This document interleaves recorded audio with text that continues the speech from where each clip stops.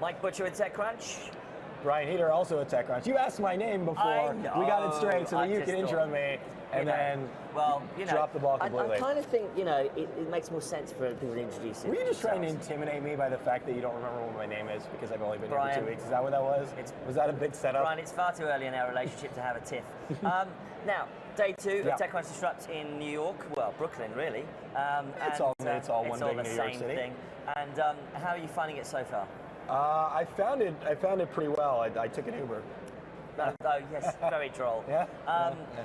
We've had some interesting breaking news coming up on the stage in this morning. We had Fred Wilson being very bullish actually about the future for tech investing right now. Yeah, well, he's kind of it's his job to be bullish about New York City.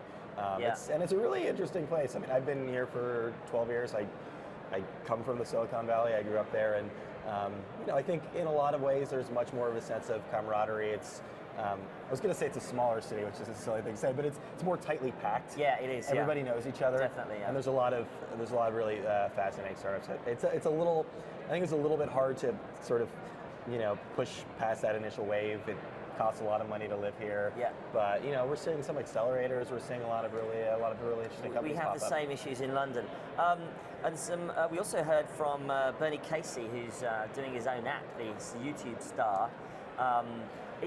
There's a real sort of special secret sauce to some of these YouTube stars, isn't it? It's very hard to understand why they get so famous, but in a way, also, they're creating content for an audience that just is not interested in television anymore. He's a really interesting case as well because, and he was talking about this a bit with his Beam app.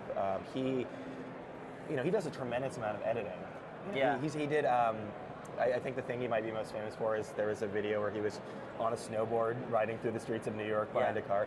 And he basically admitted on stage that it takes him like 6 to 7 hours a day to edit these videos down. Yeah. And yet Beam is this app where the whole idea is that you don't edit it. So it's been a long time since I've seen somebody be like that earnest about a thing they pushed out there. I mean, he was able to because they've got a new version of it, but he was like, it wasn't quite ready when we started. Well, I guess the interesting thing is if you're a content creator like that, they know all the problems with the existing apps out there and how to fix them.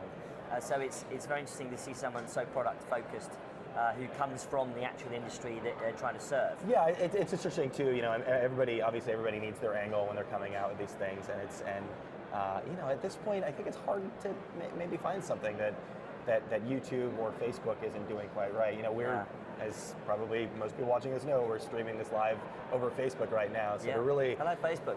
Facebook.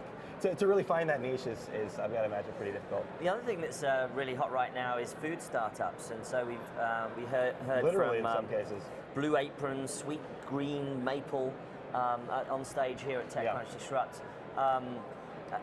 In a way, food technology has become this whole sort of new category, in a sense, hasn't it? Yeah, it's also it's part of this larger trend that we're seeing. We're seeing like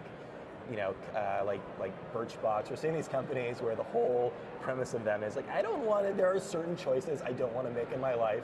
Yeah. Can you give me all of my food at the same time? Yeah. We have, I'm a user of Gusto in London, and they just assemble all the parts you need for the meal, and then you literally it's like painting with numbers, It's so easy. It's turned me into a cook where no cook previously existed. I got to say, given the fact that the alternative dystopian future we're seeing, we're capsule based. Yeah, I think we made Soylent Green. Yeah, exactly. Yeah, we're not eating humans. Yeah, so we've made a step in the right direction, I think. Yeah, I think. Yes, so the sci-fi dystopian movie hasn't quite come to fruition yet, thank God. And I think also, and we also heard from the founder of Juno, who is they kind of call themselves the nice Uber, don't they? Yeah, well... That implies that Uber's horrible, and I don't think Uber's that horrible. I don't know if they call themselves a nice Uber. We definitely call them the nice Uber, that was their angle.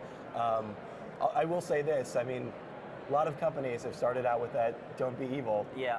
One specific one comes to mind. Yeah, I've heard of that before somewhere. But no, they're giving the writers a share of equity. It's a really crowded space right now. Yeah. If you're going to find a way into it, that seems to be a pretty good one to just treat your your drivers well. Well, yeah, I know. I mean, trouble is though, if you give the drivers a share of the equity, well, what happens when you need to go out and fundraise again? And doesn't that make it more complicated? Yeah, I think it's going to be. I mean, because it's going to be a lot harder for them to start, and it's also just going to be harder for them because we've got Uber, we've got Lyft, we've got a million other people. So yeah. Maybe if they were the first in the market, maybe if they set these trends, they'd be able to come in. I think it's also interesting to see how some startups have come in and started to shave off slight edges of Uber's business model. We had earlier on stage today the founder of Via, which is like a little minibus which you catch. So for $5 you can run around the city just with other people, effectively, in the kind of more of a premium bus experience, I suppose, minibus experience. So that Uber Pool-like app, therefore, is potentially affecting Uber's larger business model. It's interesting. I mean, I think Uber's in a point right now where it can't grow quickly enough. They're doing food delivery. There's 8 million different versions of Uber, and they can't grow fast enough to keep to basically fill up all these niches that all these smaller companies are trying to fill. Great. Well, we're going to switch over now to an interview with Jodwell.